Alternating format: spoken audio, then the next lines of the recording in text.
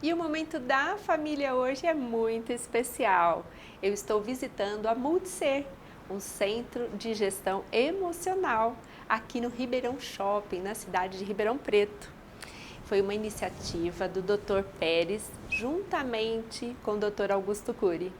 E por isso, o meu convidado especial não poderia ser outro. Nessa época tão emotiva, nessa época do Natal, o meu convidado é o Dr. Augusto Cury, o psiquiatra mais lido na atualidade, mestre da USP, ícone em gestão emocional.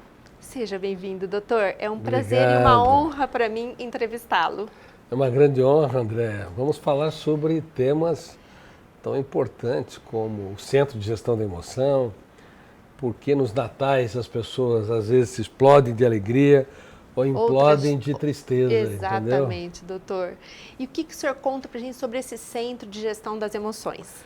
Bom, o Dr. Pérez, Isaac Pérez é meu amigo, ele é o acionista principal da rede Multiplan, que são múltiplos shoppings do Brasil, inclusive o Barra Shopping, o Morumbi Shopping, assim por diante. E ele me disse uma coisa que me deixou muito alegre. Ao longo dos meus 80 anos, eu tive o prazer agora, nesse encontro, de te conhecer, eu que já era leitor dos seus livros.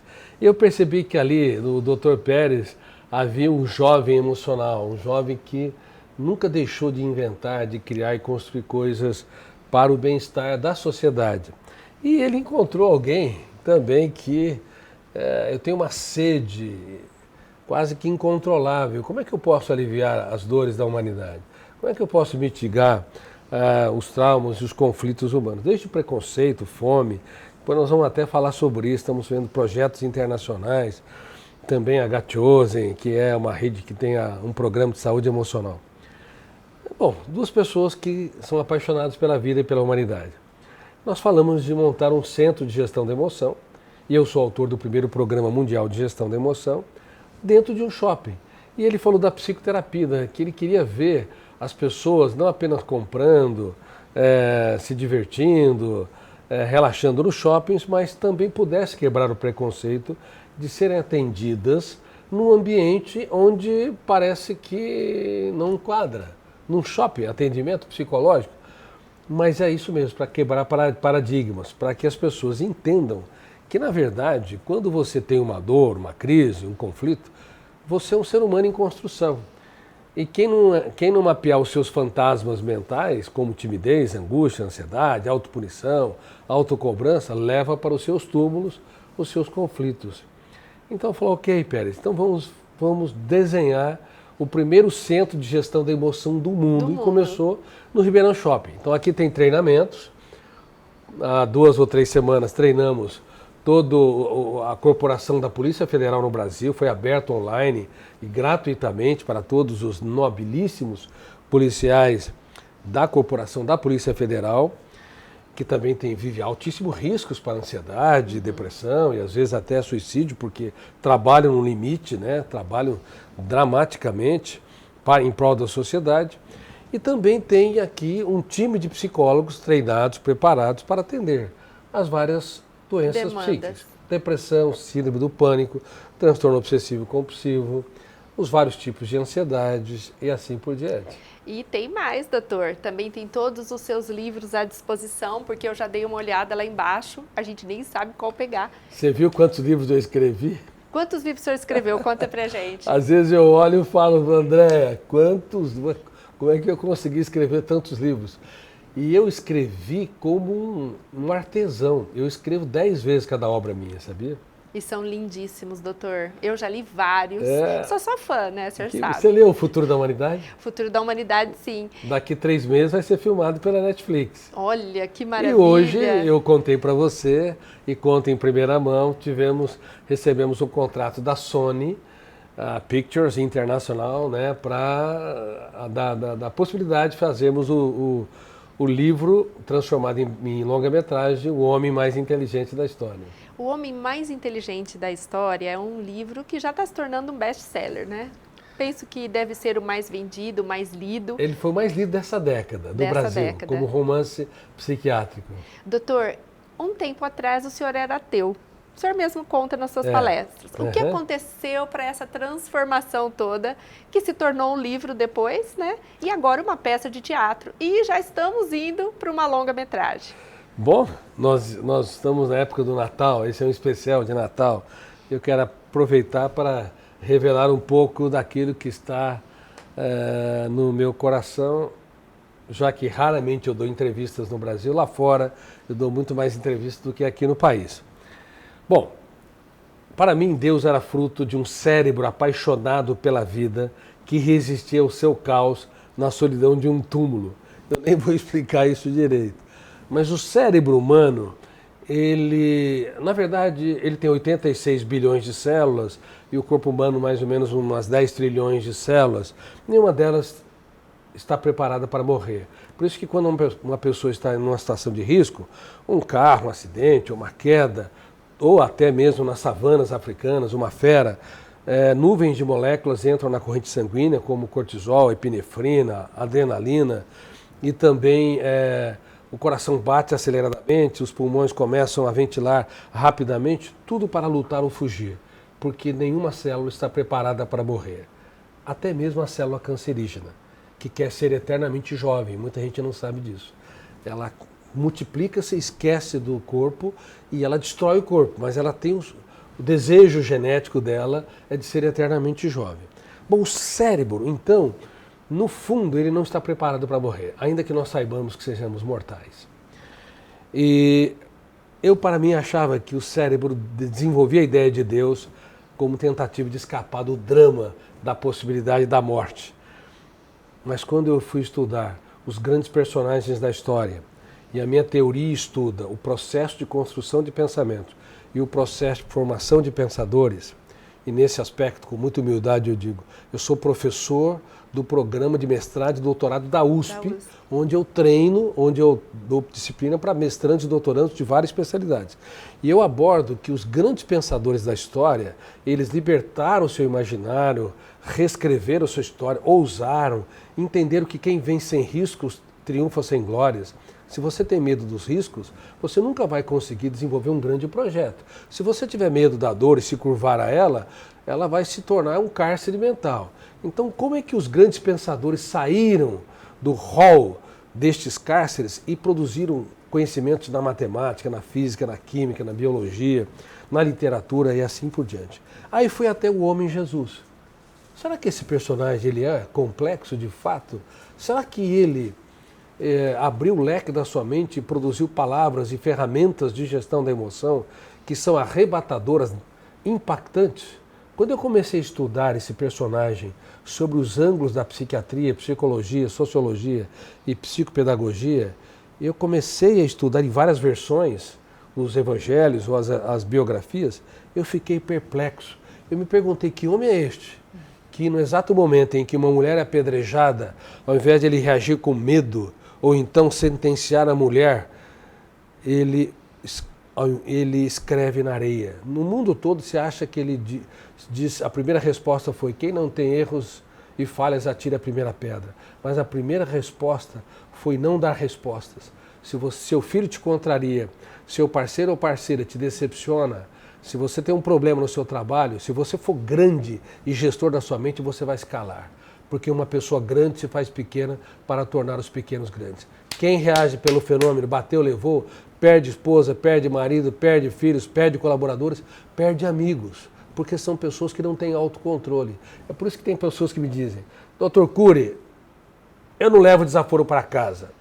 Eu digo, claro, você é um desequilibrado, não vai levar lá desaforo para casa, mas vai levar para a sua casa mental e para a casa mental das pessoas que vocês amam. Bom, naquele momento o mestre dos mestres escrevia na areia.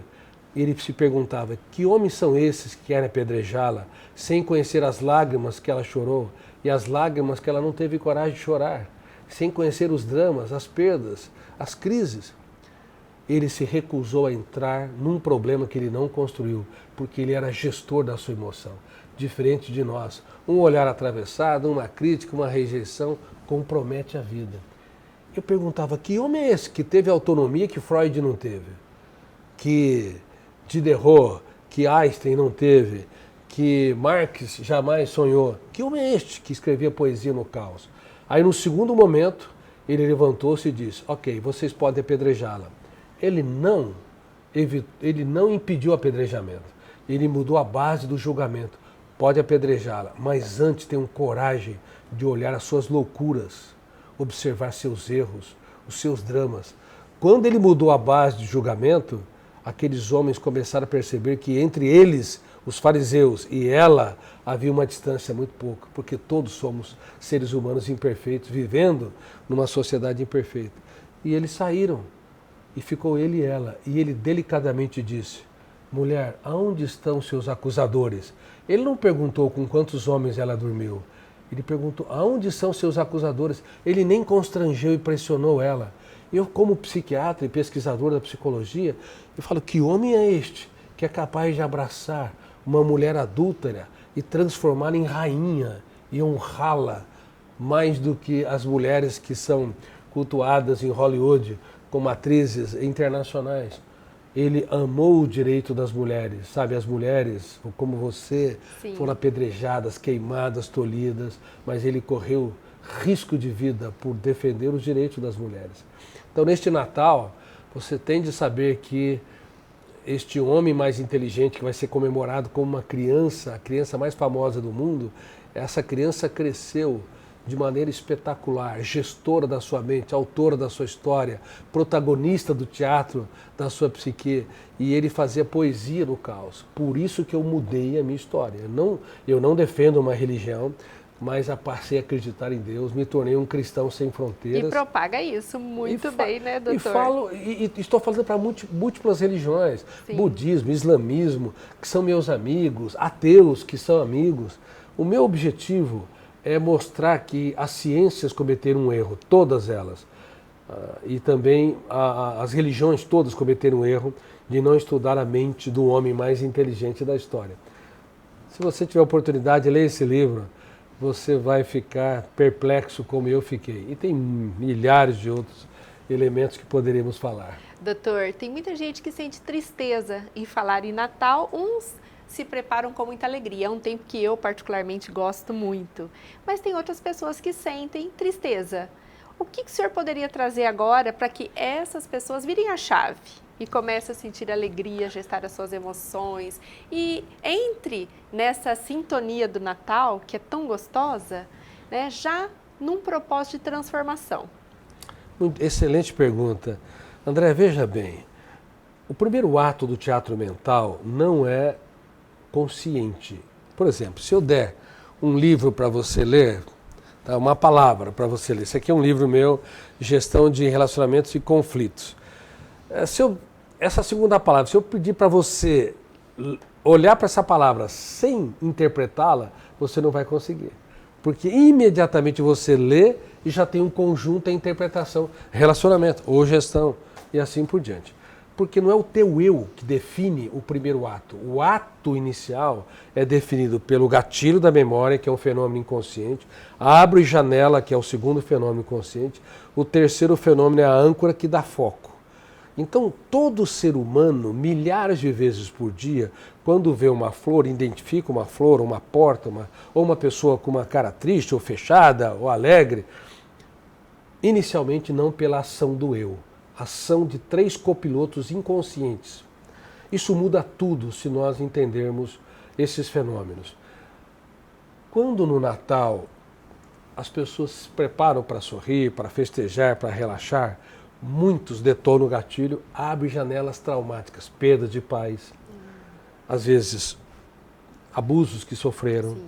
crises financeiras, a ruptura de um amor ou doenças. Então, o primeiro ato faz com que as janelas traumáticas ou killers se abram e produzam um volume de dor, angústia, ansiedade e às vezes até de vazio existencial, onde não há mais crença na alegria, crença neste momento solene, e ao mesmo tempo a âncora, que é o terceiro fenômeno, dá foco.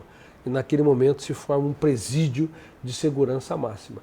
Então há muitas pessoas que têm extrema alegria no Natal e outras que têm extrema tristeza. O que nós fazemos para virar a chave? É fundamental que não apenas no Natal, mas também nos aniversários, também em algumas datas especiais que você pode sentir triste, o teu eu tem de impugnar, discordar e confrontar no silêncio da mente de tudo aquilo que você crê e te controla. Porque aquilo que você crê se torna uma verdade. E se o que você crê é mentira, então aquela mentira se tornou teu cárcere, a tua verdade. Então eu não sou bonita, ou eu não sou inteligente, ou eu não sou uma pessoa capaz, que encanta, que motiva, ou eu não sou uma pessoa bem-humorada, ou não tenho autocontrole.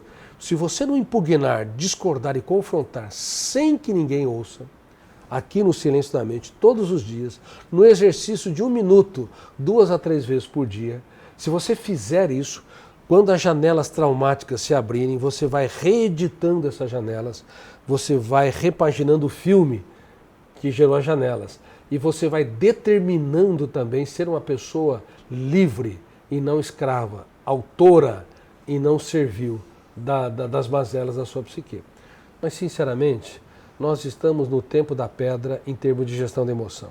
Você diz que eu sou o psiquiatra mais lido no mundo na atualidade, mas talvez um dos psiquiatras mais que se preocupa no mundo todo, porque, infelizmente, em todos os países que eu sou publicado, as pessoas têm autocobrança, autopunição, sofrem por antecipação, ruminam mágoas. O ser humano não tem gestão da emoção. E as grandes universidades como Harvard, Cambridge, MIT, Stanford, não ensinam nada aos alunos sobre como impugnar, discordar e confrontar e reeditar as janelas da memória. Mas essa chave é importante. No ano novo vai começar. O ano novo tem que começar com o eu renovado. Teu eu tem de sair da plateia. Teu eu, usando a figura do teatro, tem de entrar no palco. Teu eu tem de impugnar suas loucuras. Por exemplo, se você cobra demais de si, isso é uma afronta. Você está sendo um carrasco de si mesmo. Se você acha que as pessoas não te amam, não te apoiam, se você depende dos outros para ser feliz, isso é uma alodoxafobia. Os haters, um discurso odioso vai ter mais preponderância do que 100 elogios. Isso também é uma afronta contra você. Então, todos os dias, para que você tenha um Natal diferente, um Natal e também um Ano Novo alegre, relaxado, tranquilo, o teu eu não pode ser passivo, escravo. O teu eu tem que ser autor da sua própria história. Tem de tomar banhos mentais, higiene mental, com frequência. Senão não há solução. Entendeu? E agora nós temos essa oportunidade aqui para você começar esse ano poderosamente, já gestando as suas emoções, vem aprender aqui na Multiser. Isso, vem aqui conhecer no Ribeirão Shopping, vem bater um papo com os colaboradores, com os psicólogos. E também, se você quiser, se inscreva nos cursos que nós temos. Inclusive, uma parte dos alunos é gratuito, 20% dos alunos dos cursos são gratuitos. Nós queremos que você sinta aqui no Multiser relaxado, entendendo que a dor, crises, perdas, fracassos faz parte do contrato de risco da vida.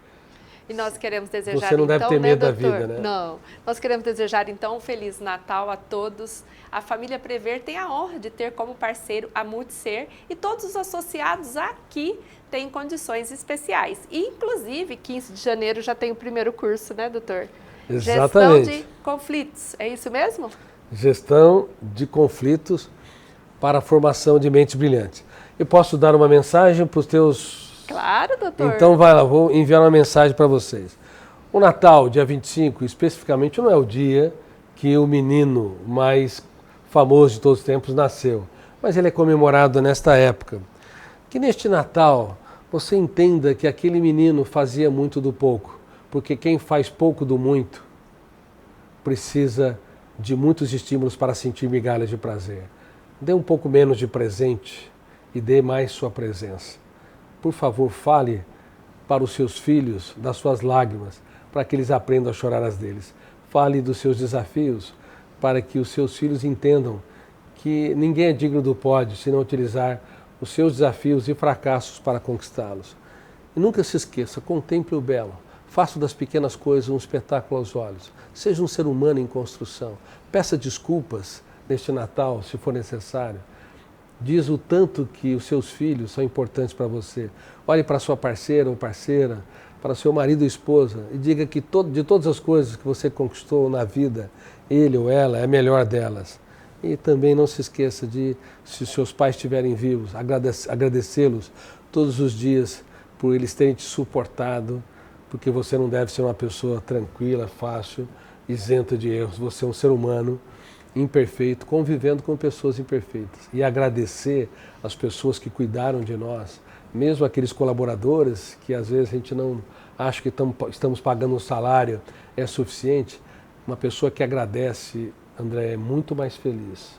Uma pessoa que se curva diante da vida e aplaude ela, tem ela como espetáculo único e imperdível e não como espetáculo de estresse e terror.